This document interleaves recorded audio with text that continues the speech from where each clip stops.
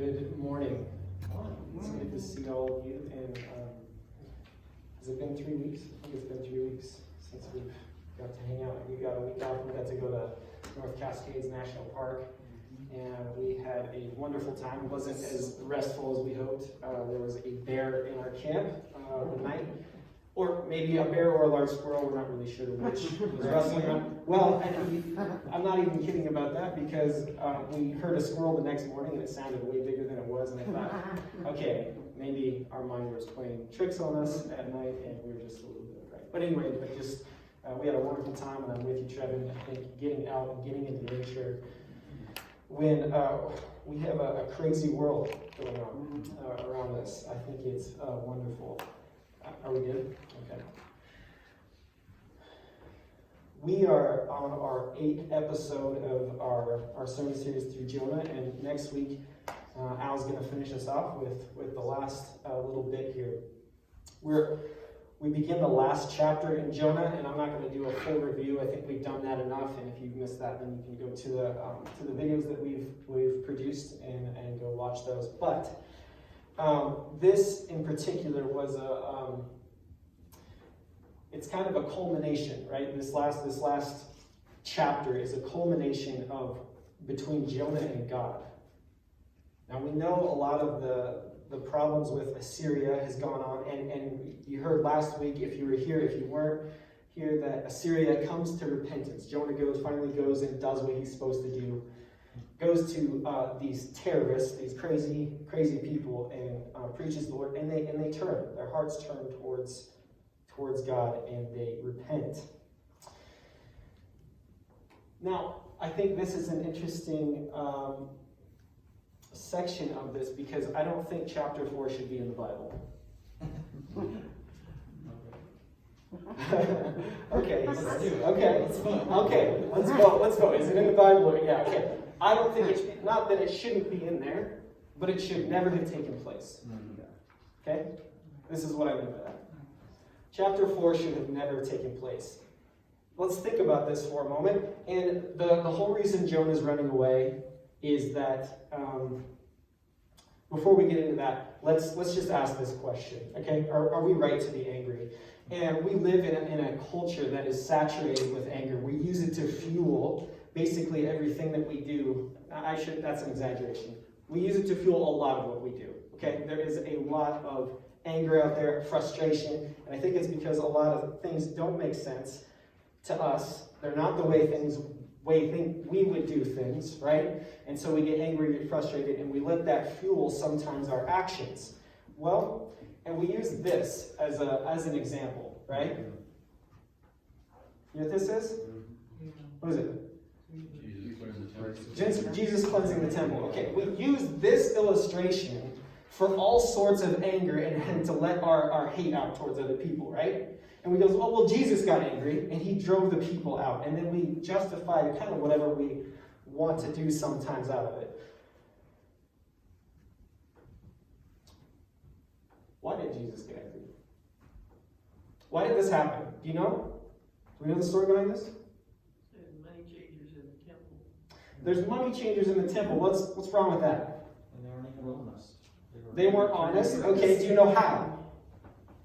Weights that were not accurate. They were turning it into a business. The weights weren't accurate. What's the problem? I mean, yeah, sure. That happens all the time, though. What's the deal about this? Extortion. Yeah, they're selling the animals for more than that. Okay, first off, they're selling the animals maybe for more than what they're worth, but they're also supposed to be selling spotless animals. They take the animals that actually have stuff wrong with them, and they'll sell them to people, and then if the poor people don't have enough, they actually won't let them come into the temple to receive mercy. They're robbing poor. This was poor people's idea. This is how they came into the temple to receive grace, to receive forgiveness from God, was a sacrifice, and they had to buy that sacrifice. The reason Jesus is so angry is because you're robbing the people, not money. Yeah, people rob people of money all the time. You are robbing them of their own grace and salvation. These poor people.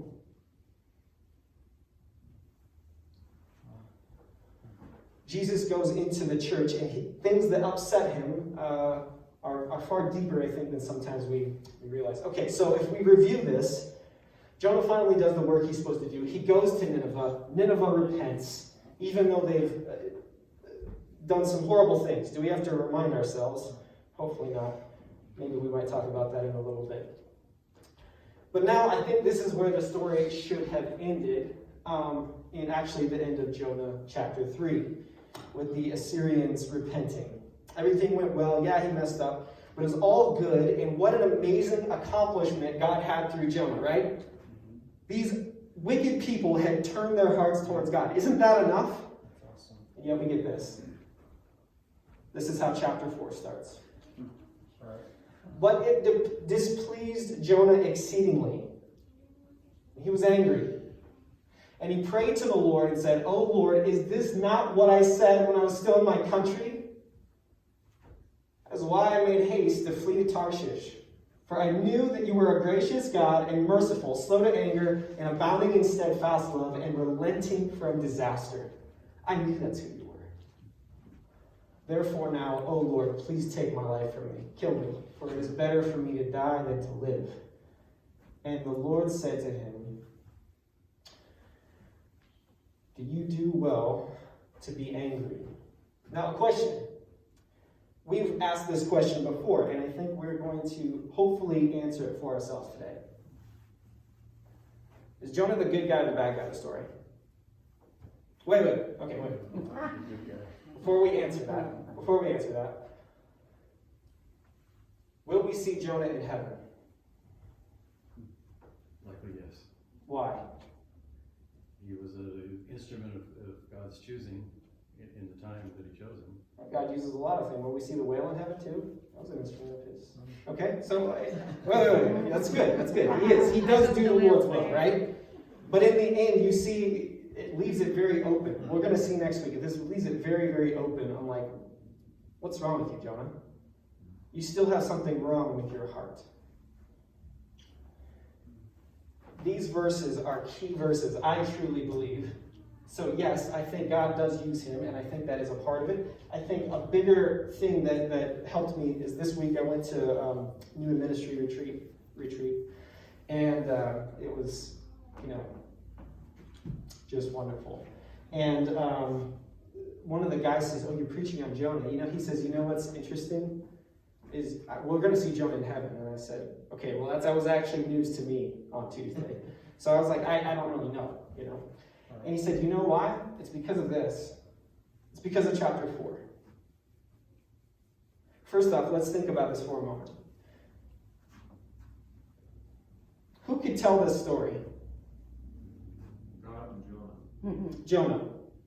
There's only one person that can tell this story, right? All the way through. And if Jonah never had a repentant heart, if he never had a heart turned towards God, why would he ever include these details? Never. You would have ended with the Assyrian, "Look at me, look at how good I was." But he ends with this. And I truly have a ton of hope that we will see Jonah in heaven because he was used by the Lord, but also because there is more to this story than the story just ending. And it's because the story is even in there.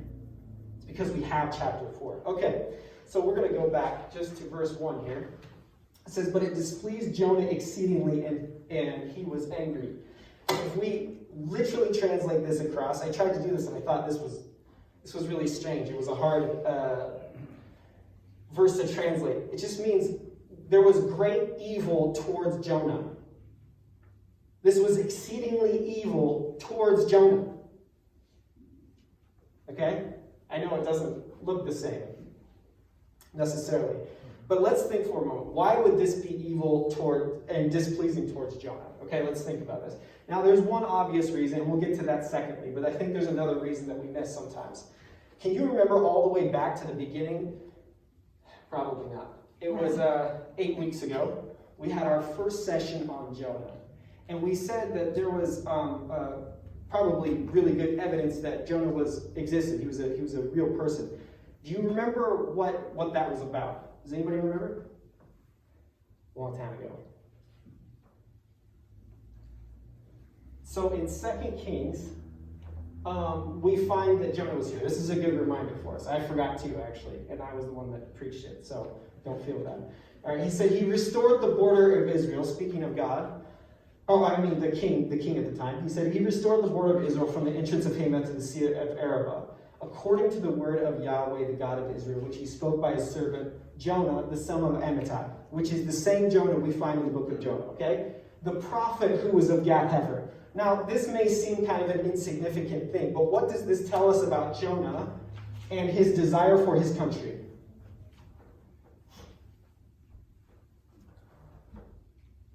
We want it to be restored. He wanted it to be restored, but also he wanted it to expand. Okay? Their borders were expanding, and there was a cultural understanding for them at the time that if their borders were expanding, their God was more powerful than other gods. Okay? Jonah is prophesying to expand or to grow Israel. This is Jonah's understanding of how God works and what a prosperous nation should look like. Then the other reason, okay, so that's one reason he's probably displeased with this. Because remember, Nineveh has persecuted them for a long time. Remember some of the awful things we talked about? And how could you forget, right? What they would do. And they have been oppressing Israel for a long time. So the other reason, the more obvious reason, is if we go back to Nineveh, what is Nineveh's problem right now? What is the state of Nineveh, Assyria? Violent, yes. They used to be the world's dominant power, and they are in a state of extreme weakness at this point. Okay? They have actually been pretty much overthrown. Their armies are destroyed on some level, and they are in a great weakness. And I think God sees that, and that's why he sends Jonah. You understand why this would make Jonah upset? We could assume, that Nineveh on some level is probably desperate on some level and hurting and open to help on some level. We also see, we're going to look more into this in a minute, but we also see that Jonah repents when he's desperate, even though he's opposing God, right? In the belly of this fish, he repents. Yet he thinks it is exceedingly evil when other people have the opportunity or other people do it. Okay? That should be nothing new for us. This is kind of the story that we have heard for the last 7-8 weeks. Grace and mercy for wicked people. Jonah remembers the sight of the Assyrians filleting their enemies, throwing their skins on the wall, marching around with the heads on the poles of their families, and they were forcing the family members to do that. Jonah remembers that, and he's like, I would never do anything like that. I would never do anything like that. Those people do not deserve mercy or grace. They are wicked to the core, and they deserve to be destroyed. So let me go back to verse 2 here, and he says, he prayed to the Lord and said, O Lord, is this not what I said when I was yet in my country? That's what I made. That is why I made haste to flee to Tarshish, for I knew that you were a gracious God. I knew you were merciful. I knew you were slow to anger, abounding in steadfast love, and relenting from anger. Like many people in this world, not in this room, I know, Jonah prays when he's desperate for a situation. And you see those two prayers. There's one in the belly of a fish, and there's this prayer. There's something severely wrong with him, with his situation, that he is incredibly dissatisfied with. And this is when he prays. These are only two times we hear him pray, and yet this is, God's prophet. This is him. There was another quote that I heard this week. It says, you know what the problem with the church is today is that we've learned how to do ministry without God. Jonah struggled with the same thing. He wanted to do ministry. He figured out how to prophesy, how to do his own thing, and he leaves God kind of in the dust. We look at the beginning of this, when he starts this. He says, oh Lord, this word means like, please, Lord, please, Yahweh. And the word is Yahweh, which would call into mind a covenantal relationship that God has with his people Israel. Okay? This is like, you made a promise. Oh, please, God, you made this promise, and now this is happening? He's calling on God to keep his promises, to destroy Israel's enemy, and to do what he promised. Go read the Old Testament. Isn't this what God promises? To make your enemy a what? A footstool underneath you. To destroy them. You promised. And now this.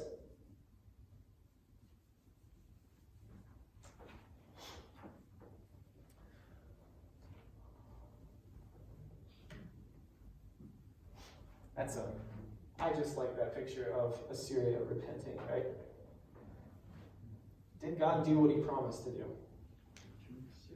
Did he destroy Assyria? Did he destroy Nineveh? Eventually, not then. No, he did then.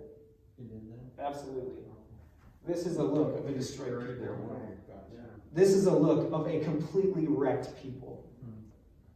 This is beautiful destruction, is what it is. Okay?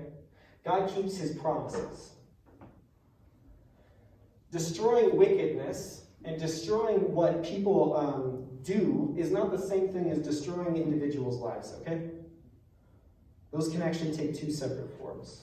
Making someone a footstool and destroying their enemy, we read in Ephesians, is not human beings, it's not other people. It's principalities, it's powers. It's demons that have put thoughts and ideas in other people's minds, and then they play those things out. Think about this for a moment with what is it that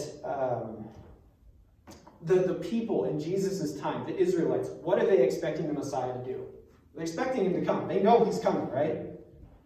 What are they expecting him to do? Set up a kingdom here. Set up a kingdom, Rule. to rule the world, overthrow the Romans. This is a critical one, right? They've been oppressed by the Romans for a long time, and they're expecting Jesus to come and overthrow the Romans. Now, with this in mind, did Jesus overthrow the Romans? Yeah, just not in the way that anybody thought he would. Of course he overthrew the Romans. They're just expecting some military power to come in and force other people out. He's like, I've got a better way. I've got a way that might actually last. Okay, so let's compare and contrast the two situations here. Jonah's two prayers. Let's compare the Jonah's situation and the situation of the Assyrians, okay? In both situations, we have a threat of destruction. He's tossed overboard. He's getting what he deserves in his own mind, right? We talked about that. Jonah deserves death because he's gone away from God, even in his own mind. And yet he's saved by this fish. Assyria, at the same time, deserves destruction because the way they've done, and they are saved by the dude in the fish. Right? They both are in desperate situations, and they're both saved by a merciful God, and they just have different means of happening. This one's saved by the fish, this one's saved by the prophet. There's different vessels, as you had said, Al. And they don't get what they deserve. And they repent for a little while, and then when the threat is over, they kind of go back to doing what they did before. Assyria goes back, by the way. We know that, yeah. Assyria only repents for a little while. The commentary on this, the SD commentary, notices the difference between Jonah's two prayers. The one where he's in the belly of the fish, where he's in a desperate situation, and then when people are in a desperate situation, other people. And they said this, there he prayed for life, talking about in the fish. And here he prays for death. There he was humble, and here he is angry. Tim Keller puts it this way in his book. He reiterates the prayer. He said, I knew you would do something like this, Lord. These people are evil, and they only changed because they were scared. They deserve to die. This is such a clear picture of the human reaction to God's mercy and God's grace. We so desperately want it for ourselves, but when it comes to our enemies, we want them to be destroyed. We don't want it for them. This is the natural human reaction. I'm not talking about any of us individually necessarily. You understand? We want rules to apply to our enemies, but we want the bending or even the breaking of the rules when it comes to us. We want to break. This shows us Jonah's lack of empathy his hypocrisy and how far from the heart of God that his own prophet is. Exodus 33:19 says this, and Jonah has read this his whole life. He's read the Exodus. He knows the Torah, probably front and back, I would hope. And Exodus 33:19 says this. He says, I will make, God talking to Moses, I will make all my goodness pass before you and will proclaim before you the name of the Lord, and I will be gracious to whom I will be gracious, and I will show mercy on whom I have shown mercy. It is not for you to decide. It is not for me to decide. I ask you to do it, and you go do it. I'll do things that you can't even understand. Jonah couldn't understand this. Honestly, I don't think I could either. You know?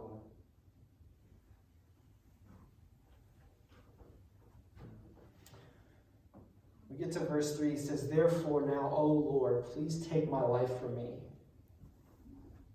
For it is better for me to die than to live. The Message reiterates it in this way. He says, so God, if you won't kill them, kill me. I'm better off dead. I think it's not just that Jonah can't understand this, understand that God would have gracious, but now Jonah is the instrument of the grace for those people. And I think he's just like, kill me. Kill me. I would rather be dead than to be a part of this thing that you put me in. I knew you were like this.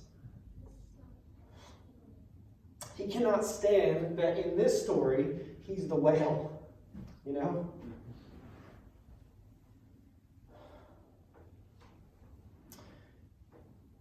In other words, I think we see whatever we have our hearts set on, whatever has the ultimate thing and we lose that thing, it's a detriment to our lives. Okay?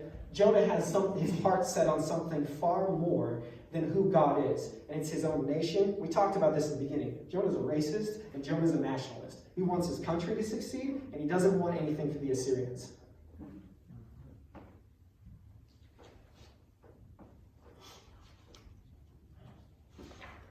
If we put our hearts on anything, if we make anything the ultimate thing instead of God, this is going to happen to us. The same thing that happened to Jonah, it will happen to us when that thing is removed. For him, it was the national security. It was the pushing the borders. It was his country's prosperity. And when he lost it, he lost himself. He lost his reason for living. In other words, if we lose our reason for living, we are going to lose our desire to live. And if we put that on anything except for God and living for him, it's going to fail us. We are going to feel like that at some point or another. And the Lord says to him, do you do well to be angry? Well, does he? Doesn't make it any less easy to not be angry. Huh? It doesn't help the situation, but the question is worth pondering. Jonah's anger had robbed himself of the greatest blessing of his entire lifetime, of this. Sorry. Of seeing people turn towards the Lord and his family grow exponentially. But his anger and his own philosophy had robbed him of it. Now, it's difficult. Okay, I see. It is difficult to put ourselves in Jonah's shoes, isn't it? In some level. Because look, this is, 2,700 years ago at minimum? Okay, long time ago. In a world we really know nothing about.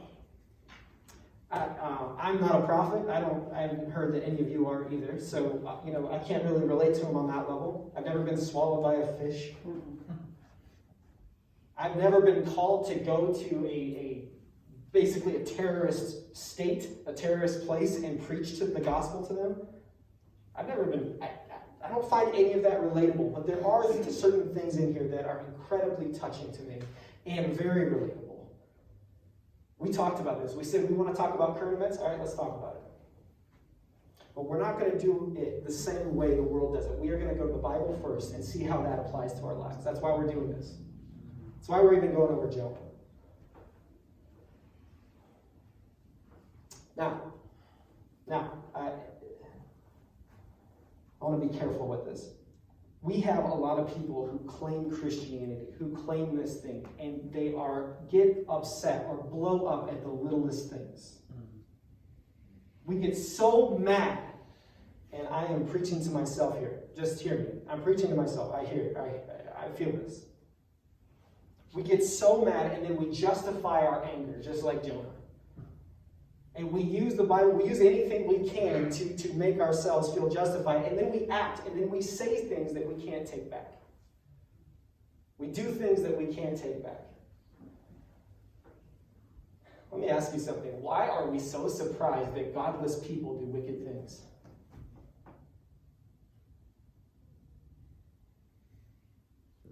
Because we have a wrong view of human nature from its inception. That's right. We think you should just know. No, the whole thing is that people without God are going to do wicked things. This is no surprise to us. The thing is that we shouldn't be the same. We should be the opposite. Look, people are going to do what they're going to do. They are going to make a mess of everything. And we do not need to be a part of that.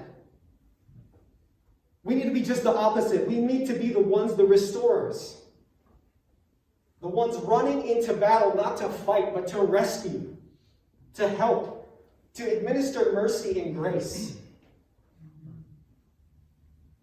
Why would we ever be surprised that people who have turned their back on God, who rejected Him, are going to do evil things? Just like the Ninevites. Of course that's what's going to happen. We're told this from the beginning. Of course there will be injustice and sin when God is removed. We should expect it. Jesus expected it. There's a reason why He didn't talk that much about the Roman occupancy. He actually kind of avoided it most of the time. That's what everybody wanted Him to do, and He doesn't. You know what He gets mad about? In this is the people that are supposed to be having His name upon their hearts, acting like the people of the world. That's what He's mad about.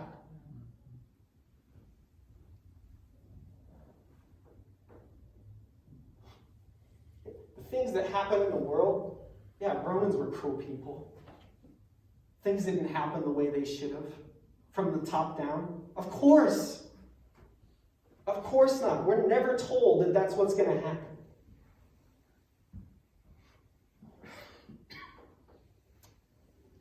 He was most upset with His own people for removing the grace and the mercy that should have been there for everybody seeking it.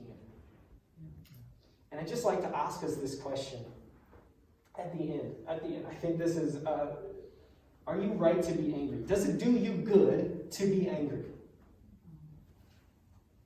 If we are to be vessels of God's grace and mercy, and yet we remove the ability for people to receive that grace because of something that we've said or some angry thing, despite what they did. Okay, I understand. There are injustices, and we have to stand up for the justice and for things. There are ways. But if we remove the ability for people to even receive the grace and mercy, we're doing the same thing Jonah did.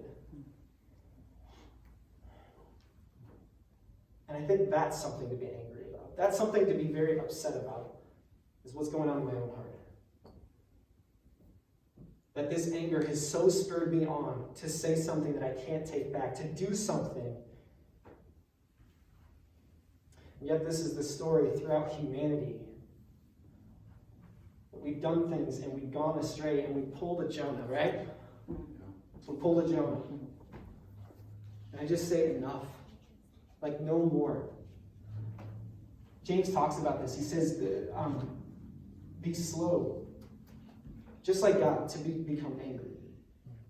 Think about this for a little while. Don't have a quick temper. If we have a quick temper, we are so in danger, not just of losing ourselves, but losing the people around us too. So let's think about this next time. I just invite you, I invite myself. I have a quick temper. I have a problem with this. I know sometimes. And I just want to ask myself, am I right to be angry when I'm feeling that way? Do we have a closing song? Yes. Okay. 111. 111? What is it? I will sing of the mercies of the Lord. I like that. All right.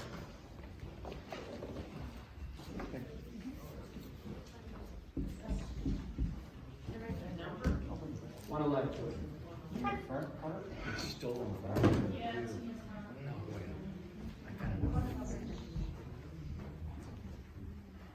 Let us all stand for the closing song. Prayer.